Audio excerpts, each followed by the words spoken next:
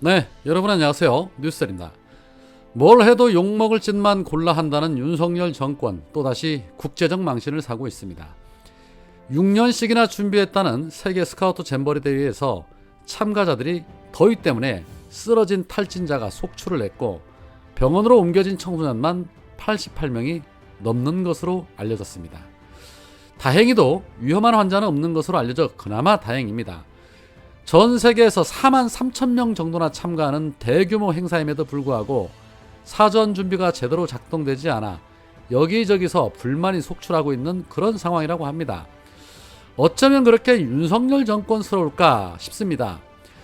새만금 잼버리에 자녀가 참석했다는 학부모 A씨는 오늘 MBC 라디오 김정부의 시선집중과의 인터뷰에서 아무리 잼버리 정신이라고는 하지만 최소한 위생적이고 깨끗하게 해주는 등 기본은 갖추고 야영을 시켰어야 한다라고 분통을 터뜨리면서 그날 낮에 체감 온도가 40도였는데 아이들이 5시간 정도 앉아 있었고 대회 장소에 나가고 들어오는 데만 1시간 정도가 걸렸다. 가장 쇼킹했던 것은 내 외빈 입장한다면서 일어나서 큰 박수를 부탁하는데 저는 뒤로 넘어가는 줄 알았다. 아이들이 잔디에서 벌레하고 싸우고 완전 지쳐 있었는데 도열은 왜 하는 거고 무려 25분간 알파벳 순으로 입장 나라를 다 호명하는데 리허설을 왜 한 건지 모르겠다. 너무 화가 나고 이해가 안 됐다. 아이는 더위가 가장 힘들고 행사가 어떻게 진행되는지 사전에 정보도 없다고 했다. 큰 잡초가 많고 음료수와 화장실, 샤워실 등도 다 문제라며 너무 힘들다고 했다. 문제가 아닌 게 하나도 없다. 제가 볼 때 이 정도면 직무유기다. 샤워시설이 부족한데 천막으로 샤워시설을 가려놔서 옆에서 다 보인다고 한다. 화장실도 남녀 공용인 곳도 있고 청소를 하지 않아 더럽다고 했다. 최소한 위생적인 건 깨끗하게 해줘야 하지 않냐. 텐트에 에어컨이 아니라도 선풍기라도 돌렸으면 좋겠고 시원한 물도 충분히 제공돼야 한다. 사고가 터지고 문제를 분석할 게 아니라 사전에 문제를 예방했으면 좋겠다라고 말했습니다. 자, 이 외에도 현재 참가들 중에는 잼버리 대회를 중단해야 한다는 성토가 이어지고 있다고 합니다. 또 다른 참가자 A씨는 40명 정도씩 한 유닛으로 뭉쳐 10일 넘는 기간 동안 생활을 해야 하는데 유닛별 캠프에 전기도 안 들어온다. 지도자분들이 가져온 전등 쓰다가 그것도 나가서 엄청 어둡다. 에어컨은커녕 선풍기조차 없다. 어떻게 버티라는 것인지 모르겠다. 몇십 개 유닛이 모인 하나의 서브 캠프에 마련된 충전소에서 핸드폰 충전을 하는데 일종의 금고 같은 것이다. 안에 핸드폰이 있는데 아무 말 없이 잠궈버리는 일도 있었다라고 성토를 했고 또 다른 한 참가자는 대통령이 전폭 지원하겠다던 글로벌 행사가 이런 참담한 수준인 게 이게 말이 되느냐라고 질타하기도 했습니다. 네, 그렇습니다. 무정부 상태라서 그런 듯 합니다. 윤석열의 말을 믿었습니까? 주둥이로는 하늘에 나는 새인들 못 잡겠습니까? 아니면 우주에 있는 별인들 못 따오겠습니까? 믿을 사람을 믿어야죠. 그런데 아무리 그래도 그렇지 여기가 북한도 아니고 아이들에게 도열까지 하게 하다니 이거 아이들을 홍위병 만든 거 아닙니까? 무엇인들 정상적입니까? 전 세계 언론이 또다시 재집중하며 국제적 망신을 살 것 같습니다.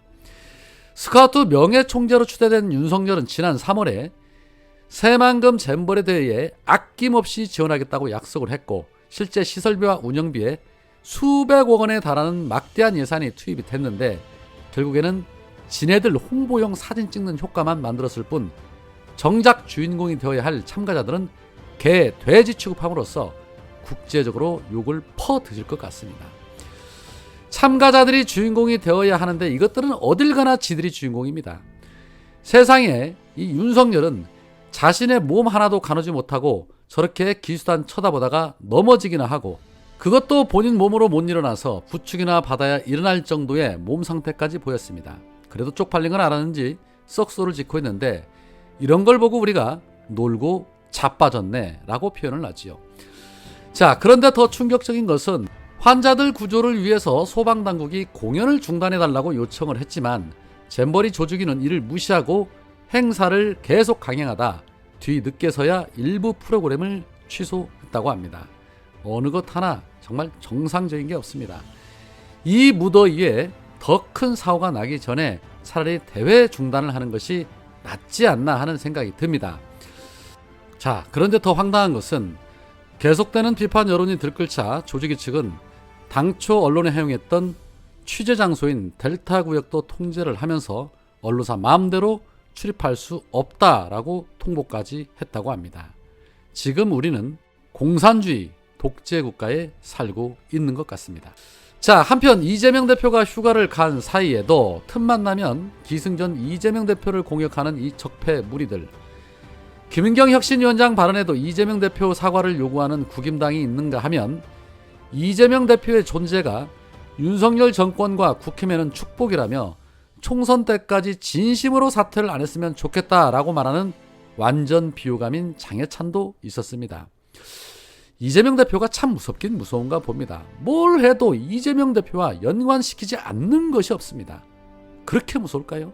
자, 그런데 이번에는 민주당의 안민석 의원이 YTN 라디오에서 이재명 대표의 총선 불출마설에 대해서 어떻게 보는가라는 진행자의 질문에 가능성이 없을 뿐만 아니라 악수다, 득보다 실이 많을 것으로 본다, 저는 오히려 역발상 제안을 드리고 싶다, 이재명 대표는 종로에 출마하시라. 그 이유는 첫째, 지난해 재보궐선거 때 개양을 출마라는 업보를 씻어낼 계기가 될 수 있다. 둘째, 어려운 서울 선거를 지키기 위해 구원 투수가 나와야 한다.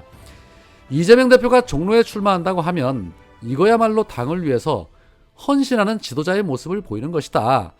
서울 선거를 이끌어 승리하고 내년 총선에 1등 공신으로서 기여하게 된다면 이재명 대표의 정치적인 위상도 훨씬 달라질 것이다. 4일까지 여름 휴가를 떠난 이재명 대표가 휴가를 마치면 직접 만나서 충언을 드리려고 한다라고 말했습니다. 0.5선인 당대표에게 험지촐마를 권유하는 것이 과연 옳은 것일까요? 안민석 의원이 꼭 잘 나가다가 한 번씩 이렇게 똥볼을 찹니다. 그러면 당을 위해 헌신하는 자세에서 안민석 의원은 대구에 한번 나가보시렵니까? 5선이나 하신 중진이시면 그 정도는 당을 위해 희생할 각오가 돼 있어야겠죠. 인천 계양에서 아직도 이재명 대표가 주민들에게 한 약속에 대해서 할 일이 많습니다. 제발 쓸데없는 입방정들 좀 안 떨었으면 좋겠습니다. 가뜩이나 적폐들의 공격에 몸과 마음이 상처투성이로 힘드신 분인데 왜 자꾸 부채질들을 하려고 하는 것인지, 어쩜 그렇게 하나같이 다 이기적인지 모르겠습니다. 그런 주문하시기 전에 어떻게 하면 윤석열 끌어내릴까, 그것이나 좀 더 연구하고 행동하는데 힘을 내주시기 바랍니다. 가뜩이나 무더위로 불쾌지수가 높아지고 있는데 거기에 기름 좀 붓지 마시기 바랍니다. 그리고 무더위에는 여름 과일로 이 수박만한 게 없지요. 황교익 씨가 시원하게 깨뜨린 수박 사진과 함께 이렇게 말을 합니다. 수박에 금속성 물질이 닿으면 맛이 약간 변한다. 그래서 그들은 수박에 칼을 대지 않고 깨뜨려 먹는다. 수박을 머리 위로 들었다가 돌멩이 위에다가 내려치는 것이다. 수박이 팍 하고 깨지는 통쾌함까지 얻을 수 있다. 수박은 깨뜨려야 맛있다. 우리도 수박을 깨뜨립시다. 오늘은 여기까지입니다. 고맙습니다.